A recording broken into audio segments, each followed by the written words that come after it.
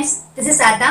Welcome to our channel mission possible. आशा है आप सब स्वस्थ होंगे, मस्त होंगे, जबरदस्त होंगे और आपकी तैयारी अच्छे तरीके से जोर जोर से चल रही होगी, है ना। एकदम जबरदस्त तरीके से, बिंदास तरीके से आप अपनी प्रिपरेशन कर रहे होंगे। तो आज हम लोग टॉपिक पढ़ेंगे। बेसिकली वैसे तो सीडीपी की आपकी क्लासेस कंप्लीट हो गई हैं। हमने 26 सेशन में पूरे से सीडीपी कंप्लीट कर लिए। लास्ट सेशन आज है सीडीपी का, उसके बाद हम लोग ईवे से स्टार्ट कर देंगे, है ना। अगर आपको लगता है कि आपको कोई और सब्जेक्ट पढ़ना है तो आप कमेंट बॉक्स में बता सकते हैं, वरना फिर आपकी ईवीएस स्टार्ट हो जाएगी, है ना।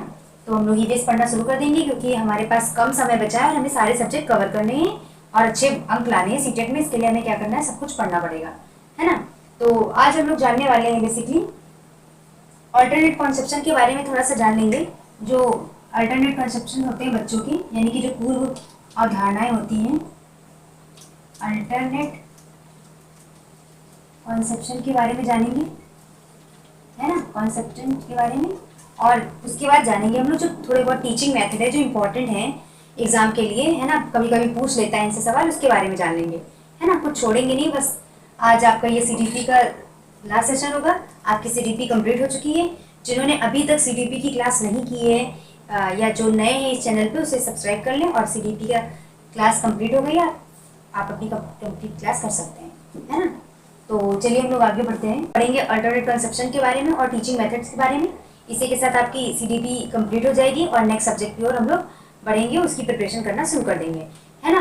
तो जिसने अभी तक सीडीपी की क्लासेस नहीं देखी हैं वो जाके यूट्यूब चैनल पे मिशन पॉसिबल पे जाके देख सकता है, और जो नए हैं वो शेयर करें इस सेशन को, जिससे ताकि और लोगों को भी पढ़ने का मौका मिले और लोगों का भी भला हो, है ना। तो हम लोग जानेंगे अल्टरनेट कॉन्सेप्शन के बारे में। सबसे पहले ऑल्टरनेट का मतलब होता है हिंदी में अगर इसको कहें तो वैकल्पिक, है ना। वैकल्पिक, वैकल्पिक, और ये कहें तो अवधारणाएं, है ना। वैकल्पिक अवधारणाएं हैं, यानी कि क्या होता है कि जो बच्चे होते हैं स्कूल क्या आते हैं, वो लेके अल्टरनेट कॉन्सेप्शन लेके आते हैं, वैकल्पिक अवधारणाएं लेके आते हैं। वैकल्पिक अवधारणाएं क्या होती हैं, जैसे कि एग्जाम्पल के तौर पर अगर हम जान लें तो जो हमने क्या किया, अपने आप में अपने मनगढ़ंत कुछ कहानी बना ली किसी चीज को देख के, या जो हम उसे समझें उसी के हिसाब से हम उसको समझते चले आ रहे हैं, वही अल्टरनेटिव अवधारणाएं होती है, कॉन्सेप्शन होते हैं। जैसे बच्चों में भी हो सकते हैं, टीचर्स में भी हो सकते हैं, बड़ों में भी, किसी में भी हो सकते हैं, है ना। किसी चीज को लेके उसने जो भी उसका पॉइंट ऑफ व्यू है उससे जो बात वो पेश कर रहा है, ये बिना किसी साइंटिफिक रीजन के हमने जो भी परसीव कर लिया है, वही बेसिकली क्या होता है, वैकल्पिक अवधारणाएं होती हैं। जैसे एग्जाम्पल के तौर पे अगर हम जानना चाहें तो जैसे कि बच्चे होते हैं, जैसे हम लोग जब छोटे थे तो सोचते थे कि जो चांद है ये हमारे साथ चलता है, या जब हम ट्रेन में सफर कर रहे होते थे, यात्रा कर रहे होते थे, तो हमें लगता था कि ये पेड़ पौधे ये सब हमारे साथ चल रहे हैं, बादल हमारे साथ चल रहे हैं। तो एक तरीके से क्या है, वैकल्पिक अवधारणाएं हैं, है ना। ऐसा कुछ होता नहीं था बस, लेकिन हमें लगता था कि ऐसा हो रहा है ना। तो वैकल्पिक अवधारणाएं क्या, इनका मतलब बेसिकली कोई लॉजिक नहीं होता है ना। लॉजिक नहीं होता है जो हम वातावरण में देखते हैं, अब हमें लगता है कि अपने अकॉर्डिंग उसकी कुछ समझ विकसित कर लेते हैं, है ना। जैसे कि अगर किसी बच्चे ने तालाब में पानी देख लिया मान लो उसका, तो उसने सोचा कि पानी का रंग हरा होता है ना। ये किसी नीली बाल्टी में पानी देख लिया तो उसे लगा पानी का रंग नीला होता है ना। तो इस तरह से क्या होता है, बहुत सारे ऑल्टरनेटिव कॉन्सेप्शन होते हैं बच्चों में, जिनको टीचर को क्या करना होता है, फैक्ट के माध्यम से दूर करना होता है ना। उन्हें एकदम से तो हम निगलेक्ट नहीं कर देंगे, है ना। मतलब कि जैसे कि कोई बच्चा, उसने हमने कभी क्लास में पढ़ाया कि चलो बच्चों आज हम लोग वाटर के बारे में पढ़ेंगे, है ना। और वाटर क्या होता है, इसका कोई कलर नहीं होता है। तो बच्चे ने देखा था तालाब में कि पानी हरा होता है, तो अचानक से उसने सवाल कर दिया, है ना, कि नहीं मैम पानी तो हरा होता है। तो आपने उसको डांट के बैठा दिया, चुप रहो, तुमने कभी देखा है कुछ हरा होता है पानी, है ना। इस तरह से डांट के नहीं बैठाना है हमें उसे एक फैक्ट देके हम कह सकते हैं डिमॉन्स्ट्रेशन के माध्यम से, फैक्ट देके, लॉजिक देके हमें चीजों को समझाना है। एकदम से हमको उसे हतोत्साहित नहीं करना है ना, कि बैठ जा तुझे कुछ नहीं आता, इस तरीके से नहीं करना है ना। हमें उसको आराम से समझाना है, धीरे धीरे उसको एक्सप्लोर करने का मौका देना है ना। एकदम से हमें क्या करना है, उनको डिमोटिवेट नहीं करना है, क्योंकि जो अल्टरनेट कॉन्सेप्शन होते हैं क्या होते हैं, पार्ट ऑफ लर्निंग है ये, है ना, पार्ट ऑफ लर्निंग हर बच्चे में होते हैं। हम और आप भी इससे गुजर चुके हैं, है ना। तो नॉर्मल होते हैं, ऐसा नहीं है कि बहुत बड़ा ब्लंडर हो गया, बच्चे ने पानी के बारे में हरा रंग की अवधारणा बना ली, अरे ये क्या हो गया, पाप हो गया, है ना, ऐसा कुछ नहीं है। बल्कि क्या है, जो बच्चे ने अपनी समझ विकसित की उसके हिसाब से वो रिएक्ट कर रहा है। हमें क्या करना है, उनको फैक्ट के माध्यम से, डिमॉन्स्ट्रेशन के माध्यम से, एक्टिविटीज के माध्यम से उनको गाइड करना है, उनको समझाना है ना। दिक्कत तब है जब हम उन्हें गाइड नहीं कर पा रहे हैं, फैक्ट दे नहीं पा रहे हैं, साइंटिफिकली प्रूव नहीं कर पा रहे हैं चीज़ों को, तब प्रॉब्लम है ना, तब ये घातक हो सकती है कि बच्चा उसी के साथ ऑल्टरनेट जो कंसेप्शन है उनको किसी ने दूर ही नहीं किया, उनको किसी ने बताया ही नहीं और उसी के साथ वो बढ़ता चला जा रहा है, तब प्रॉब्लम है ना। लेकिन जब हम दूर कर देंगे तो उस समय कोई समस्या नहीं है। ठीक है, तो बेसिकली ये बात रही आपकी ऑल्टरनेट कॉन्सेप्शन की, है ना। तो इसको हम लोग ऑल्टरनेट कॉन्सेप्शन कहेंगे, यानी कि वैकल्पिक अवधारणाएं कहेंगे। इसको हम लोग मिसकॉन्सेप्शन नहीं कहेंगे, है ना, मिसकंसेप्शन नहीं कहेंगे या फिर रॉन्ग नहीं कहेंगे, है ना। ये क्या है, ये निगेटिव वर्ड है ना, यानी कि इनको हमें रॉन्ग नहीं कहना है। बच्चों को क्या करना है, उनको बताना है कि हाँ ये आपने देखा था, इसके बजाय ये होगा, है ना। इंस्टेड ऑफ यूज करेंगे, बिल्कुल डायरेक्टली नहीं, नहीं ये गलत है, किसने बता दिया तुम्हें, कहाँ सीख लिया तुमने, है ना। इस तरह से हमें उन पर चिल्लाना नहीं है ना, उनको काटने नहीं दौड़ना है। ये कहना है कि हाँ ये चीज इस तरह से ऐसे हो सकती है ना। तो ये बेसिकली था, हमें ऑल्टरनेट शब्द इसीलिए यूज किया गया है। जो संरचनावाद है ये ऑल्टरनेट शब्द का यूज करता है, यानी कि वैकल्पिक अवधारणाएं ये अपनी समझ के हिसाब से बच्चों ने विकसित की हैं। इसका क्या मतलब है कि बच्चे सोचते हैं, एटलीस्ट थिंक करते हैं और सोचते हैं, समझते हैं, परसीव करते हैं, है ना। अपनी समझ विकसित करने का काम करते हैं बच्चे, है ना। वो गलत हो सकती है, जो उनके उस समय समझ में आया उस हिसाब से वो हो सकती है ना। तो लोग वही समझते हैं जो वो क्या करते हैं, जिसमें वे खुद विश्वास करते हैं। उसी तरह बच्चे जो होते हैं वही समझते हैं जो उन्होंने आसपास देखा होता है। बस हमें क्या करना होता है, उनको गाइड करना होता है, फैक्चुअल बेस पे उन्हें समझाना होता है ना। तो ये बेसिकली बात थी ऑल्टरनेट कॉन्सेप्शन के बारे में।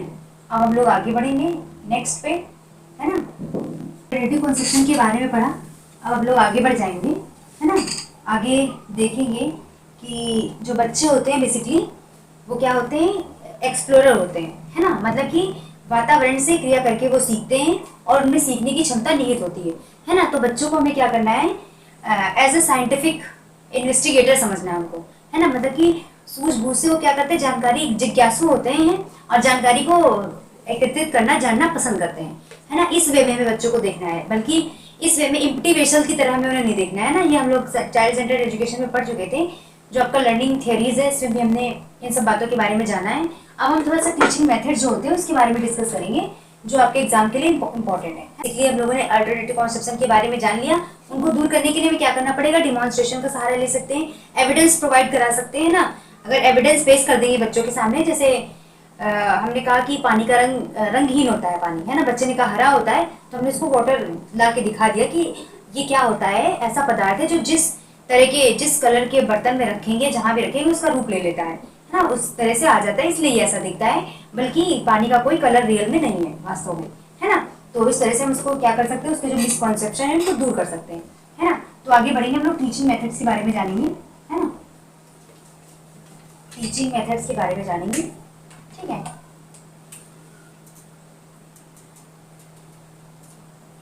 टीचिंग मेथड यानी कि किन किन मेथड के माध्यम से क्या होती है, टीचिंग होती है ना। यानी कि शिक्षण अधिगम प्रक्रिया में किन किन मेथडों का यूज कर सकते हैं। तो बेसिकली दो पार्ट में इसको हम लोग डिवाइड करेंगे, है ना। एक तो होता है आपका इंडक्टिव मेथड, इंडक्टिव, और दूसरा होता है डिडक्टिव, ठीक है। इसको इंट्रोड्यूस अगर हम कहें किसने किया था इंडक्टिव और डिडक्टिव को, तो एरिस्टोटल ने किया था, जिनको हम लोग अरस्तु के नाम से जानते हैं, है ना। उन्होंने इसको इंट्रोड्यूस किया था, ठीक है। तो ये सवाल आपसे पूछा नहीं जाएगा कि इसने इंट्रोड्यूस किसने किया है प्रेजेंट टाइम में, या किसका ज़्यादा योगदान रहा टीचिंग मेथड को बनाने में। ये सबसे कोई आपका संबंध इतना नहीं है सीटेट का, है ना। बस वो क्या करता है, ये पूछता है, एप्लीकेशन बेस्ड क्वेश्चन पूछता है ना। अगर ये मेथड यूज़ किया जा रहा है तो क्या क्रिया हो रही होगी, है ना। अगर ये क्रिया कराई गई तो कौन सा मेथड यूज हुआ होगा, इस तरह से प्रश्न बनते हैं, है ना। तो आपको बस कॉन्सेप्ट क्लियर करना है अपना। तो इंडक्टिव का मतलब होता है आगमन, है ना, आगमन, और डिडक्टिव का मतलब होता है निगमन, ठीक है। आगमन और निगमन विधि, जिसको हम अगर हिंदी में कहें तो ये होता है ना। तो इंडक्टिव मीन्स आगमन और डिडक्टिव मीन्स निगमन। तो इसमें कुछ मेथड है जो आपको जानने हैं।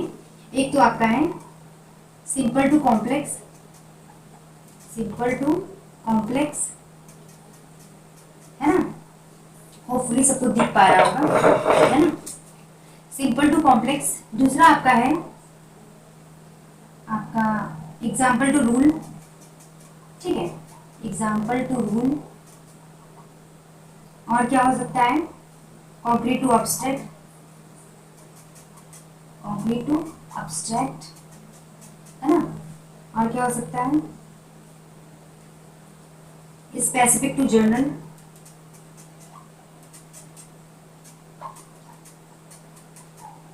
है ना, स्पेसिफिक टू जर्नल हो गया आपका। और क्या हो सकता है, बॉटम से अप तक, है ना, बॉटम टू अप। ठीक है, इंडक्टिव में क्या होता है, ये मेथड्स हैं कुछ, आगे और भी होते हैं इसी तरीके से, है ना, लेकिन ये इंपॉर्टेंट है, आपको ये जानना आवश्यक है। सिंपल टू कॉम्प्लेक्स, ठीक है, example to rule, concrete to abstract, specific to general, bottom to up, है ना, ये मेथड है। तो इनके बारे में भी हम लोग डिस्कस करेंगे थोड़ा थोड़ा, क्या इंपॉर्टेंट है, जो भी इंपॉर्टेंट होगा बस उतनी चीजें डिस्कस करेंगे, बकवास नहीं करेंगे, बस काम की बात करेंगे।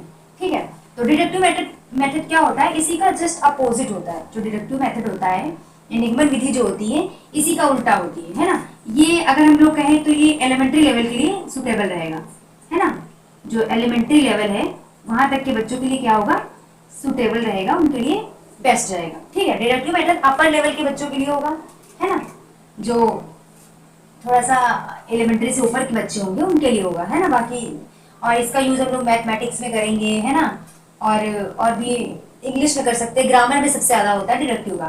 तो डिडक्टिव में क्या होगा, जैसे इसमें सिंपल टू कॉम्प्लेक्स था, तो इसमें क्या हो जाएगा, कॉम्प्लेक्स टू सिंपल हो जाएगा, है ना, कॉम्प्लेक्स टू सिंपल हो जाएगा। ठीक है, सिम मतलब सिंपल, ठीक है, सिम नहीं है। एग्जाम्पल टू रूल मतलब रूल टू एग्जाम्पल हो जाएगा। ठीक है, और आपका ऑब्स्ट्रैक्ट टू कॉन्क्रीट हो जाएगा, है ना, टू कॉन्क्रीट हो जाएगा। और क्या हो जाएगा, जर्नल टू स्पेसिफिक हो जाएगा। ठीक है, स्पेसिफिक। ठीक है, और क्या हो जाएगा, बॉटम टू अप। इसमें था तो इसमें अप टू बॉटम हो जाएगा।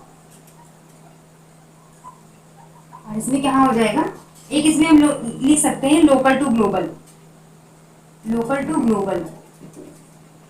ठीक है, और इसमें क्या हो जाएगा, ग्लोबल टू लोकल कह सकते हैं, ग्लोबल टू लोकल। ठीक है, तो ये बेसिकली आपके कुछ टीचिंग मेथड है। तो इनको वन बाय वन अगर हम डिस्कस करें तो सबसे पहले है आपका सिंपल टू कॉम्प्लेक्स, है ना। सिंपल टू कॉम्प्लेक्स का मतलब है यहाँ पे कि सरल से कठिन की तरफ या सरल से जटिल की तरफ, है ना, कि बच्चे क्या होते हैं एलिमेंट्री लेवल में, बच्चे इतने समझदार नहीं होते हैं, है ना, या फिर ये नहीं कहेंगे समझदार नहीं होते हैं, है ना, मतलब कि थोड़ा उनको क्या होता है, स्टार्ट करते हैं अपनी लर्निंग प्रोसेस उनका स्टार्ट होता है, तो वहाँ पे हमें क्या करना, उनको थोड़ा सहजता से समझाने की जरूरत है ताकि उनको कोई समस्या ना हो, है ना। तो यहाँ पे सिंपल टू कॉम्प्लेक्स मेथड यानी कि पहले सबसे हम इजीएस्ट वे में उनको सिखाना शुरू करेंगे, स्टेप बाय स्टेप छोटी छोटी चीजों से बड़ी तक चलेंगे, है ना। ऐसा नहीं है कि हमने पहले उनको क्या बता दिया कि एजुकेशन की स्पेलिंग हमने उनको पहले सिखा दी और एबीसीडी बताया ही नहीं, सिखाया ही नहीं, है ना। तो क्या है, यहाँ पे हर चीज क्या होती है, एक सिस्टम में चलती है ना। तो यहाँ पे क्या करेंगे, सिंपल टू कॉम्प्लेक्स चलेंगे। Example to rule, example to rule का मतलब है पहले किसी चीज को सिखाने से पहले हम क्या करेंगे, उसके एग्जाम्पल पेश करेंगे, उदाहरण पेश करेंगे, उसके बाद उनको नियम बताएंगे, है ना, ताकि वो क्या करे, जो भी नॉलेज है उसको कनेक्ट कर पाए, है ना, जो भी सीख रहे हैं वो उसको कनेक्ट कर ले जाए। ठीक है, तो एग्जाम्पल टू रूल का मतलब है जैसे मान लीजिए कि क्लास में हमें संज्ञा पढ़ाना है, ठीक है, संज्ञा पढ़ाना है, तो उसके लिए हमने क्या किया, पहले आए क्लास में एंट्री ली और इंट्रोड्यूस किया बच्चों से, उसके बाद हमने कहा अपना नाम बताइए, आप अपने फ्रेंड का नाम बताइए, आपकी फैमिली में कौन है उनका नाम बताइए। इस तरह से हमने नाम पूछना शुरू किया, आप किस शहर में रहते हैं, कहाँ पे, आपके गांव का नाम क्या है, आपके मोहल्ले का नाम क्या है, इस तरह से हमने पूछा, है ना। और फिर हमने लास्ट में क्या किया, उसका कंक्लूजन निकाल के बताया कि ये सब जितने जितने लोगों ने नाम बताए हैं अपने, वो क्या है, इनको हम संज्ञा कहते हैं, है ना। तो क्या किया हमने, पहले एग्जाम्पल लिया और फिर रूल पे गए। ठीक है, तो इस तरह से ये क्या हुआ, एग्जाम्पल टू रूल मेथड हो गया। बच्चों ने क्या किया, आसानी से आते आते हम क्या करते, अगर हम आते आते संज्ञा की परिभाषा बता देते, किसी वस्तु या व्यक्ति या स्थान के नाम को संज्ञा कहते हैं, non is the name of person place और थिंग, ऐसे करके, और आप लोग समझ गए होंगे, आप लिख लीजिए कॉपी में, ओके बाय टाटा खत्म, है ना। तो ऐसा नहीं करना है ना, एकदम सर के ऊपर से टप्पा खा के चला जाएगा बच्चों के। तो हमें क्या करना है, पहले उनको एग्जाम्पल फिर रूल तक जाना है एलिमेंट्री लेवल पे, है ना। हर लेवल के लिए अलग होता है, ठीक है। फिर कॉन्क्रीट टू ऑब्स्ट्रैक्ट का मतलब है मूर्त से अमूर्त, है ना। पहले जिन चीजों से वातावरण में परिचित हैं उनको देख के सीखेंगे। उसके बाद ऑब्स्ट्रैक्ट का मतलब जो आपकी सोच में है, कल्पना में है जो चीजें, है ना, जो ऑब्स्ट्रैक्ट हैं उनके बारे में, है ना। तो कॉन्क्रीट टू ऑब्स्ट्रैक्ट चलेंगे यहाँ पे, ठीक है। मतलब कि मूर्त से अमूर्त चलेंगे। बच्चों को क्या करेंगे, जो मूर्त चीजें होती है वो जल्दी समझ में आती हैं। तो उनके लिए जैसे आजकल हम लोग टीएलएम का बहुत यूज करते हैं कि बच्चे देख के सीख पाए, है ना। जैसे एप्पल का कॉन्सेप्ट हमें बच्चों को सिखाना है तो हमने क्या किया, रियल बेस में क्या किया, एप्पल पेस्ट कर दिया, है ना। असली सेब ले आए, रियल सेब ले आए एप्पल, और उससे हमने बच्चों को दिखाया, उसको बताया दिस इज एप्पल, है ना। तो बच्चे बेहतर सीख पाएंगे, ठीक है। स्पेसिफिक टू जनरल का मतलब है कि किसी विशिष्ट चीज से फिर सामान्य की तरफ जाएंगे, है ना। विशिष्ट चीज से सामान्य की तरफ जाएंगे, है ना। तो स्पेसिफिक टू जनरल का मतलब है कि स्पेसिफिक टू जनरल में क्या होता है, जैसे हमने अभी एग्जांपल टू रूल में बात की थी संज्ञा के बारे में। वैसे स्पेसिफिक टू जनरल में मान लीजिए हम किसी डॉगी के बारे में बता रहे हैं, कोई कहानी है, डॉगी है या गाय मान लेते हैं, गाय के बारे में कोई कहानी है। तो हमने क्या किया, पहले बताया कि किस किस के घर में गाय है, अपनी गाय का नाम बताओ, या फिर उसकी क्या क्या विशेषता है। अगर किसी ने घर में देखी है तो कोई बच्चा बोला, मान लीजिए कोई, अगर शहरों में तो नहीं, है ना, गांव में क्या होता है सबके घर में गाय होती है, तो वो क्या करेंगे, उसकी विशेषताएं बताना शुरू कर देंगे। मेरी गाय नंदू है, इसके 4 पैर है, 1 सींग है, वो अब उसकी विशेषताएं बताना शुरू कर देंगे, है ना। तो ये स्पेसिफिक हो गया। फिर जनरल हमने बात की कि जितनी भी गाय होती है सबके 4 पैर होते हैं, 2 सींगे होती है, इस तरीके से, है ना। तो ये स्पेसिफिक टू जनरल का एग्जाम्पल हुआ, है ना। फिर बॉटम टू मतलब नीचे से ऊपर तक जाएंगे, है ना। क्या करेंगे, पहले सबसे निम्न स्तर की चीजें सिखाएंगे और फिर उच्च स्तर की चीजें सिखाएंगे, है ना। जैसे सबसे पहले हमने छोटा बड़ा सिखाया, है ना। फिर क्या क्या मात्राएं सिखाई, है ना। उसके बाद हमने क्या किया, बिना मात्राओं वाले शब्द, फिर मात्राओं वाले शब्द, इस तरह से हम क्या करें, बढ़ते चले गए। तो ये बॉटम टू अप अप्रोच हो गई, ठीक है। फिर आपका क्या है, लोकल टू ग्लोबल, है ना। लोकल टू ग्लोबल में क्या है, ये लोकल है, ठीक है। स्थान मतलब कि स्थानीय से वैश्विक तक, है ना। मतलब कि पहले जो आसपास की चीजें बच्चे उनको जानेंगे और फिर वैश्विक में जानेंगे, है ना। बच्चा यही नहीं जानता है कि उसके मोहल्ले का नाम क्या है, तो हमें उसके अमेरिका का नाम, अपने पड़ोसी देशों का नाम बता के कोई मतलब नहीं है ना। तो मतलब बच्चा पहले अपने आसपास के परिवेश के बारे में जानेगा और फिर बाकी जो आगे की चीजें उनके बारे में जानेगा। तो ये था आपका इंडक्टिव मेथड के बारे में। नेक्स्ट है आपका डिडक्टिव। डिडक्टिव अप्रोच या मेथड या विधि, जो भी आप समझे, जिससे भी आप कनेक्ट कर पाए, है ना। तो कॉम्प्लेक्स टू सिंपल मतलब कि जटिल से सरल की ओर, है ना। कह सकते हैं कॉम्प्लेक्स टू सिंपल इसलिए हमने कहा क्योंकि पहले रूल बताएंगे, है ना। मतलब कि हमने क्या किया यहाँ पे, पहले सबसे बता दिया, उसकी जटिलता बता दी, उसके बाद धीरे धीरे वो आसान होगा, जब बच्चों को समझ में आएगा तो उन्हें ईजी लगने लगेगा, है ना। फिर रूल टू एग्जाम्पल चले गए, पहले हमने रूल दिया फिर एग्जाम्पल दिया। जैसे हमने बताया था कि क्लास में आया और हमने क्या किया, उसकी नाउन की डेफिनेशन दे दी, उसके बाद हमने उसके एग्जाम्पल दिए, है ना। तो ये रूल टू एग्जाम्पल हो गया। और ऑब्स्ट्रैक्ट टू कॉन्क्रीट मतलब पहले जैसे मैथ में है, आए हमने फॉर्मूला दिया तो ऑब्स्ट्रैक्ट वे में था, है ना। लेकिन जब बच्चों ने उसका एप्लीकेशन किया, उसको प्रूव कर लिया, उसके बाद बताया कि हर जितना भी, मान लीजिए हमने एक दिया फॉर्मूला दे दिया बच्चों को, ठीक है। तो उन्होंने क्या किया, बता दिया कि एक जो त्रिभुज होता है उसकी तीनों भुजाओं का योग कितना होता है, 180 डिग्री होता है ना। और उसके बाद जब बच्चों ने प्रूव कर लिया तो उन्होंने कहा कि हाँ ये तो सब में काम कर रहा है ना। तो ये एक तरीके से एब्स्ट्रैक्ट टू कॉन्क्रीट हो गया। या फिर पहले मान लीजिए एप्पल पढ़ा दिया, उसके बाद उसकी इमेज दिखाई, पहले पढ़ा दिया बच्चों के दिमाग में हमने, उसके बाद एप्पल की इमेज दिखा रहे कि देखो ऐसा होता है ये, है ना। इसमें क्या कहते, पहले दिखा रहे थे ये क्या है, एप्पल, अब यहाँ पे एप्पल कौन है ये, है ना, इस तरीके से समझने के लिए। फिर जनरल टू स्पेसिफिक जाएंगे, है ना, सबके बारे में बात करेंगे, फिर किसी विशिष्ट चीज के बारे में। अप टू बॉटम मतलब ऊपर से स्टार्ट करेंगे, ग्लोबल टू लोकल, है ना, मतलब विश्व के बारे में पहले जानेंगे फिर लोकल के बारे में, है ना। मतलब कि इसलिए यहाँ पे ये अप्रोच अपोजिट हो गई, क्योंकि यहाँ पे तो आप इस अप्रोच से सीख चुके हैं ना, आगे आप क्या करेंगे, आप समझदार हो जाएंगे आप, है ना, आप ज्यादा समझने लगेंगे, आपकी थिंकिंग ज्यादा डेवलप हो जाएगी, आप अपर लेवल का सीख पाएंगे। तो इसलिए आपको ये डिडक्टिव मेथड का यूज यहाँ पे किया जाएगा। तो बेसिकली अपर लेवल के लिए किया जाता है डिडक्टिव मेथड का यूज, और इंडक्टिव मेथड किसके लिए बेटर होता है, एलिमेंट्री लेवल के लिए, है ना। तो जैसे कि अगर हम इसमें बात करें इंडक्टिव अप्रोच में, तो जैसे कि हम लोग आयत की बात, सॉरी किसकी बात करते हैं, हाँ आयत की बात करते हैं, तो उसके परिमाप की, मान लीजिए तो हम कहते हैं इन सब साइडों को जोड़ लो, जोड़ के बताना क्या आ रहा है इनका परिमाप, है ना। और बाद में क्या करते हैं, जब इसका फॉर्मूला बताते हैं कि इसका फॉर्मूला 2l+b होता है ना। बच्चे क्या कर रहे हैं, ऐसे भी करके देख रहे हैं तो वही पेरीमीटर का आ रहा है आंसर, और जोड़ के भी देख रहे हैं और ऐसे भी देख रहे हैं तो भी वही आ रहा है। तो उससे उन्होंने क्या किया, इससे उन्होंने फॉर्मूला निकाला, है ना। तो ये क्या हो गया, एग्जाम्पल टू रूल हो गया। अगर इसमें होता तो हम क्या करते, पहले फॉर्मूला बता देते कि पेरीमीटर का फॉर्मूला 2l+b होता है ना, 2 और ब्रैकेट में l+b होता है। तो वो क्या करेंगे, फिर पहले फॉर्मूले को जान लेंगे और फिर उसको एप्लीकेशन करेंगे, है ना, फिर एग्जांपल देंगे उसका कि हाँ ये इस तरह से हो सकता था, ये इसका इस तरह भी हम कर सकते थे, है ना। तो ये बेसिकली थे आपके टीचिंग मेथड्स के बारे में पढ़ा हम लोगों ने, और हम लोगों ने ऑल्टरनेटिव कॉन्सेप्शन के बारे में जान लिया। तो बेसिकली आपकी जो CDP थी कंप्लीट हो चुकी है। सभी सेशन हम जो 27 सेशन में आपकी CDP पूरी कंप्लीट हो चुकी है। जो अभी इस चैनल पे नए हैं मिशन पॉसिबल पे, उसको सब्सक्राइब कर लें सीटेट की फुल प्रिपरेशन करने के लिए। CDP आपने कंप्लीट कर ली, और अगर आप सारे सेशन देख चुके होंगे या जो देखना शुरू भी कर रहे होंगे, है ना, तो क्या करेंगे, आपके CDP में 30 आउट ऑफ 30 लाने से कोई आपको रोक नहीं सकता है ना, क्योंकि CDP में एकदम लड्डू क्वेश्चन पूछता है और बहुत इजी क्वेश्चन रहते हैं। आप 30 आउट ऑफ 30 अटैम्प्ट कर सकते हैं, ठीक है। पियाजे, वागोसी, कोलबर्ग के अलावा कोई नहीं आता है ना।